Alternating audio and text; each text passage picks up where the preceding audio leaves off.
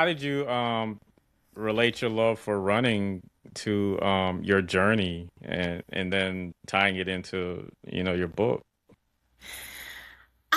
So I that phrase "run the mile you're in," I actually learned that from one of the very first. At one point, I had a running coach just because I was like running a lot and I was running a lot of races.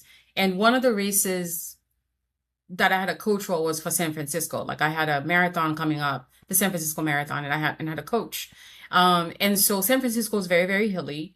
And I live in New York and we run in Central Park and there are like some sort of very like tough hills in the park. And so Hmm. we were doing hill repeats. And he was on his bike and he's, I had my numbers and this is what I had to hit like whatever for like I think we were doing like either 200 or 400 meters. I don't remember.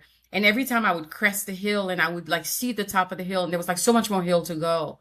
And I would slow down. And he's like, you slow down each time you get here. Like, why do you do that? And I'm like, because it's so much freaking more like I just see the top and I'm like, I'm never gonna make it, right?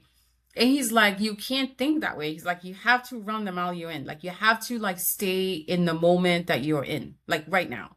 Like, just one step at a time. Like, don't think about the next crest. Don't think about the curve. Don't think, like, just stay in the moment and don't think about it. And so your steps won't slow down, right?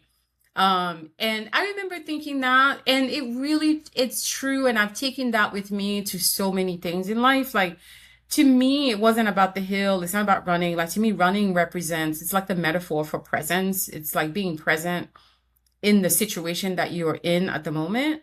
Like when all of that stuff was happening with me in my life, when I had all the challenges with like dealing with the lawsuit and like I still had to show up to work every day and deal with my staff and take care of my kids who were teenagers at home. And while I was like having a marriage that was falling apart and like not really thinking about like it was just so much that I knew I couldn't handle all of that at once. Like I was like, but I could handle like today. I could handle this hour, this moment, this afternoon, this teacher crisis, this child I have to send home because they're sick. Like I was just handling everything in the moment. That was the only way for me to process everything all at once. Otherwise, I would have driven myself crazy because it was like, whatever happened yesterday doesn't count. And anything tomorrow is just anxiety. Like I'm just going to give myself anxiety.